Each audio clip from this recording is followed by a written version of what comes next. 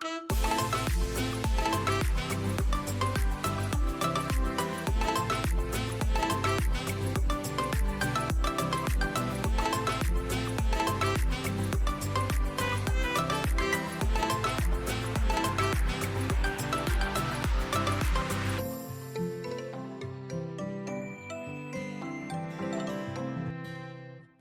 kawan pajak semua dimanapun berada, tidak lupa saya sampaikan salam sehat untuk kawan pajak semua. Jumpa lagi dengan saya Koko pada podcast Baimbai 240. Yang pada hari ini kita akan mengusung tema anti korupsi. Tema yang sangat luar biasa ya teman-teman kawan pajak semua. Pada hari ini kita kedatangan narasumber yang luar biasa. Narasumber yang tidak diragukan lagi wawasannya maupun pengalamannya di dalam bidang penyuluhan anti korupsi. Beliau juga termasuk penyuluh anti korupsi yang ada di lingkungan Kanwil DJP Kalimantan Selatan dan Tengah. Tidak berlama-lama, saya perkenalkan Bapak Wirawan Sumardi. Halo Pak, sehat Pak? Alhamdulillah. Lawas Sehat. kita kada bertemu nah. Wah, ini bahasa Banjarnya langsung merantau keluar. 5 tahun. Jadi Merantau dulu nah. jadi beliau ini sudah malang melintang di dunia anti korupsi dan di hampir seluruh wilayah Indonesia nih sepertinya ya Pak ya. Udah banyak pulau yang dilalui Pak ya. Oke, siap. Untuk menyingkat waktu kita langsung aja mulai ke Boleh. tanya jawab ya Pak ya. Boleh. Ini Bapaknya sangat siap sekali ini teman-teman pajak semua. Jadi begini Pak, berdasarkan Indeks Persepsi Korupsi atau IPK yang diterbitkan oleh Transparency International, Indonesia menjadi salah satu negara terkorup di antara negara-negara G20 lainnya dengan skor 37 pada skala 0 sampai 100. Adapun skor 0 sangat korup dan skor 100 sangat bersih. Selanjutnya Kanada, Australia, dan Britania Raya memiliki nilai indeks yang sama yaitu skor 77. Transparency International mencatat hal tersebut berarti masih banyak negara yang gagal memberantas korupsi sepenuhnya. Dari hal tersebut kira-kira apa tanggapan Bapak? Ya dari IPK yang 37 itu ya skor 37 artinya memang upaya-upaya kita seluruh insan-insan yang bergerak penggiat anti korupsi masih belum optimal. Maka dari itu KPK itu memperbanyak membuka kesempatan kepada masyarakat Indonesia termasuk juga ASN-ASN yang ada di kementerian untuk menjadi penyuluh anti korupsi. Ya ini saya sudah pernah diklat di tahun 2019, kemudian sertifikasi di tahun 2020 dapat rompi ini. Oke, luar biasa sekali Bapak. Diuji kompetensi oleh lembaga sertifikasi penyuluh anti korupsi KPK. Saya pakai dulu ya. Siap. Semoga dengan memperbanyak ini kesadaran masyarakat Indonesia untuk meningkatkan nilai skor itu semoga berhasil gitu ya. Ya kayaknya kekecilan nih. Agak gemukar di Jakarta ya. Siap. Oke, baik Bapak. Berdasarkan tanggapan Bapak tadi, itu artinya kita tidak berdiam diri terhadap korupsi ini Pak. Banyak hal-hal yang telah dilakukan, banyak tindakan yang telah diambil. Tetapi kenapa indeks kita itu masih pada skor 37 Pak? Kira-kira apa penyebabnya ini Pak? Ya seperti kita sampaikan tadi bahwa artinya belum optimal gitu loh. Belum optimal. Dari segi hasil, tapi kita tidak berhentilah untuk terus menerus. Saya kira KPK sebagai garda paling depan ya dalam memberantas korupsi akan terus berupaya untuk tidak pernah berhentilah. Tidak pernah berhenti. Sesuai pesan Bu Menteri juga, jangan lelah mencintai Indonesia. Salah satunya mencintai Indonesia adalah dengan berperilaku anti korupsi. Oke, siap. Ikut mendukung pemberantasan anti korupsi. Oke, siap. Dari hal tersebut yang Bapak sampaikan tadi, di mana KPK sebagai garda terdepan dalam perjuangan untuk penindakan korupsi, mungkin Pak ya, pencegahan korupsi. Tapi kan itu tidak semata-mata hanya KPK aja Pak ya. Kira-kira kita sebagai insan DJP ini Pak, apa sebenarnya yang harus kita lakukan ini Pak? Jadi kalau di Kementerian Keuangan sudah ada three line of defense ya, untuk mengantisipasi agar perilaku fraud atau tindak pidana korupsi di Kementerian Keuangan itu bisa dicegah. Artinya dari segala upaya itu sudah sangat maksimal. Di Kementerian Keuangan dan khususnya DJP juga melalui Kisda, melalui Itjen juga, dan Kasuki atau di KPP dan Atlapki kalau di Kanwil. Saya kira mereka sudah berupaya maksimal senantiasa secara terus-menerus melakukan penyuluhan anti korupsi, tidak pernah berhenti lah, dan semakin kesini saya lihat semakin gencar gitu. Semoga harapan itu tadi supaya indeks persepsi korupsi kita bisa meningkat ya, artinya tingkat perilaku korupsi di Indonesia bisa berkurang. Semoga kedepannya kita akan jauh lebih baik lagi. Oke, berarti perjuangan anti korupsi atau memberantas korupsi ini enggak cuma ada di KPK Pak ya, ternyata di DJP pun kita berjuang dengan keras bagaimana korupsi ini hilang dari muka bumi Indonesia Pak ya. Oke, dari perjuangan yang cukup keras itu sebenarnya apa sih Pak dampak dari korupsi ini sehingga kita harus berjuang begitu kerasnya seluruh masyarakat Indonesia, bahkan sampai yang instansi kita pun mulai tadi Bapak sampaikan ada three lines of defense ya Pak ya. Jadi defense-nya itu sampai 3 lapis gitu. Sebenarnya apa dampaknya Pak? Ya, dengan tingginya tingkat korupsi di Indonesia akan nampak yang muncul kemiskinan, masyarakat kita masih banyak, kemudian stunting ya, masyarakat kita yang tinggi badannya tidak sesuai, pendek. Itu juga efek daripada karena kekurangan dana pemerintah untuk mengangkat derajat harkat martabat masyarakat Indonesia yang masih di bawah garis kemiskinan. Nanti akan melebar kemana-mana juga. Subsidi BBM juga kurang karena pajak yang belum optimal. Salah satu pajak yang belum optimal juga karena mungkin masih ada wajib pajak yang belum memiliki kesadaran, termasuk juga korupsi juga itu. Membayar pajak tidak sesuai dengan ketentuan perundang-undangan itu juga termasuk korupsi juga.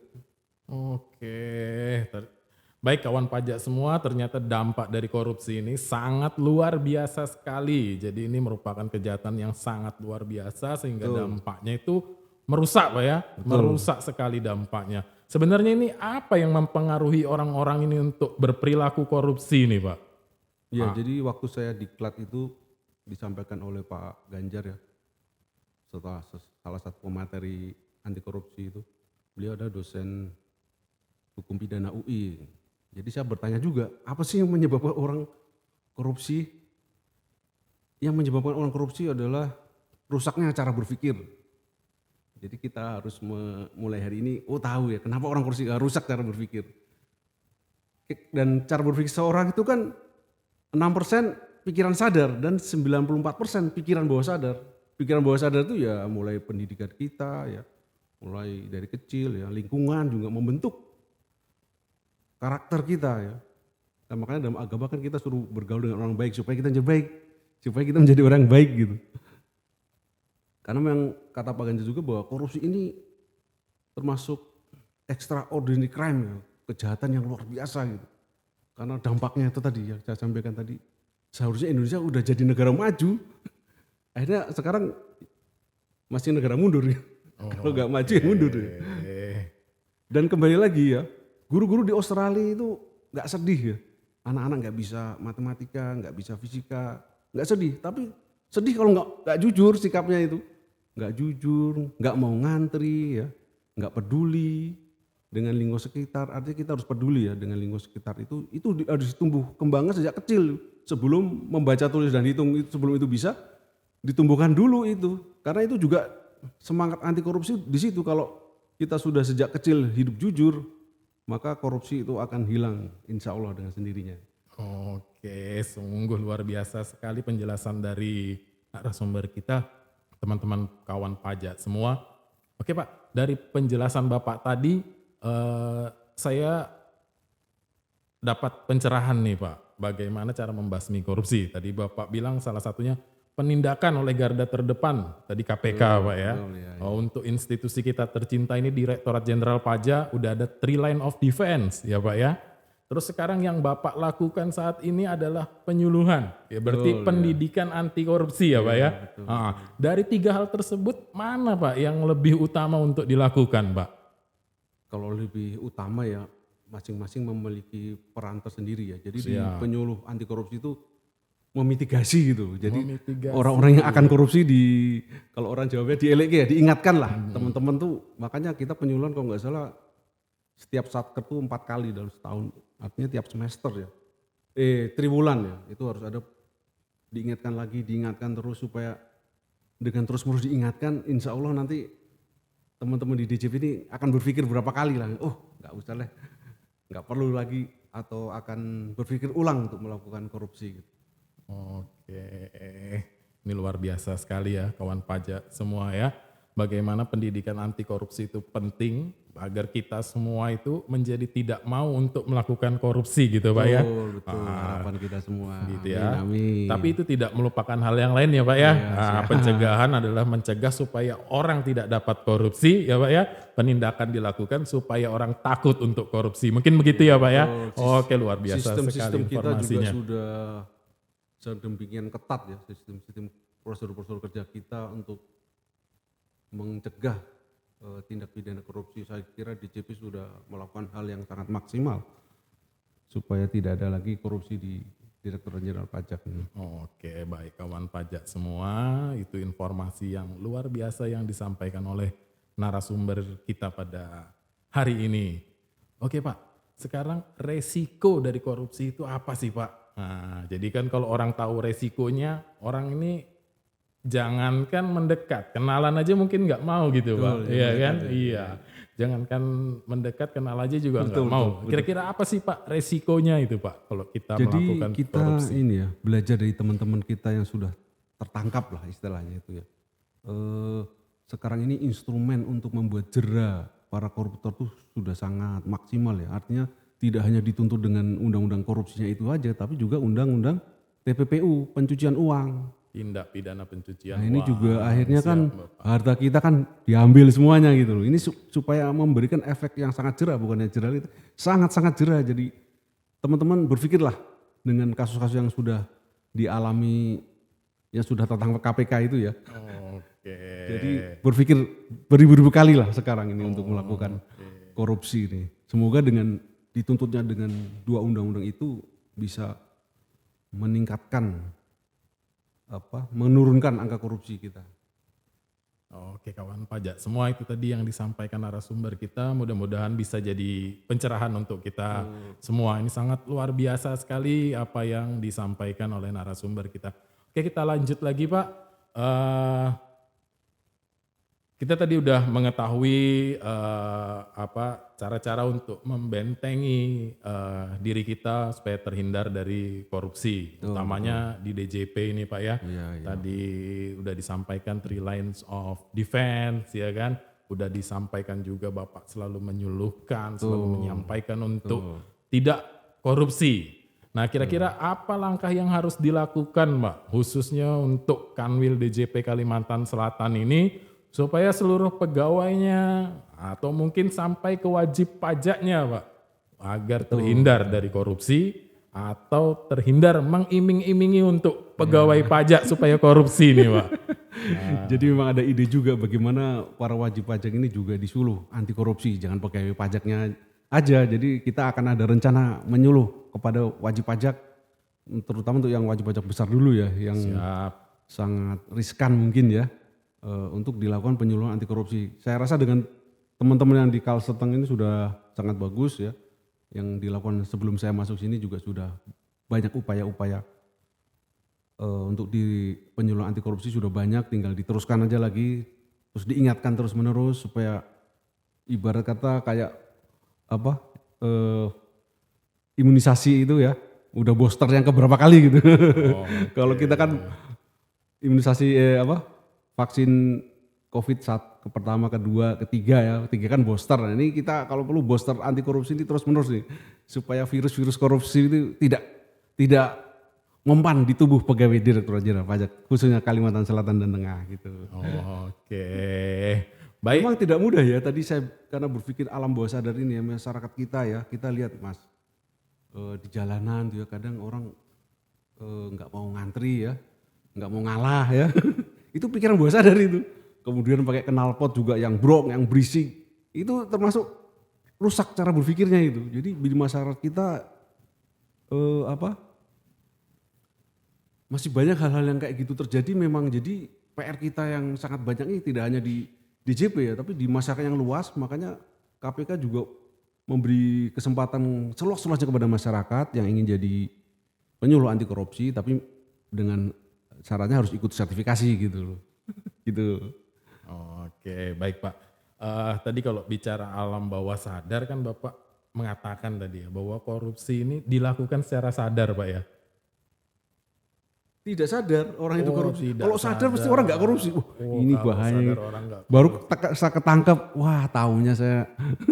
Oh gitu, oke. Jadi cara berpikir orang itu 6% yang sadar. Consciousness 6% yang pikiran sadar. Pikiran bawah sadarnya 94%. Saya pernah nonton bioskop ya sama istri saya. Ada anak umur 4 tahun atau 5 tahun gitu. Dia datang Mas ke satpam gitu. Ngasih uang 10.000. Dan si satpam tuh tahu dia. Lalu diantar ke barisan ke depan. Karena kan kita ngantri panjang itu. Kalau filmnya rame kan panjang. Terus kata istri, itu enggak ngantri. Kata si satpam, enggak ini temannya. Padahal kita tahu itu runutannya itu tadi ya. Jadi sense of tadi saya bilang akhlak ya, perilaku ini karena memang kalau masalah anti korupsi masalah soft kompetensi ya. Integritas itu nggak kelihatan ya, orang yang jujur dengan yang nggak jujur kan nggak kelihatan pakaiannya. Bisa jadi lusuh tapi berintegritas, bisa rapi, klimis, buat tahunya nggak berintegritas gitu. Penampilan kan nggak bisa di. Siap. Itu karena masalah hati ya. Baik, berarti kita tidak bisa menilai orang itu dari tampilannya. Betul Pak, sekali. ya? Betul sekali. Oke, berarti itulah kawan pajak semua. Berarti untuk perjuangan anti korupsi ini sangat berat sekali. Yang dilakukan narasumber kita juga sangat luar biasa. Terus menerus selalu berusaha untuk menyadarkan teman-teman kita di lingkungan Direktorat Jenderal Pajak untuk selalu sadar bahaya akan adanya korupsi ini baik bagi diri sendiri maupun bagi bangsa dan negara. Oke kawan pajak semua, mungkin sekian dulu Baim Bay Podcast kita pada episode kali ini. Mohon maaf apabila ada salah dan kurang. Sampai jumpa dengan saya Koko di episode berikutnya. Terima kasih Pak Wirawan. Terima kasih, sampai sama-sama. jumpa pada kesempatan yang lain Oke, dengan saya makasih. Koko. Oke, sampai jumpa kawan pajak semua.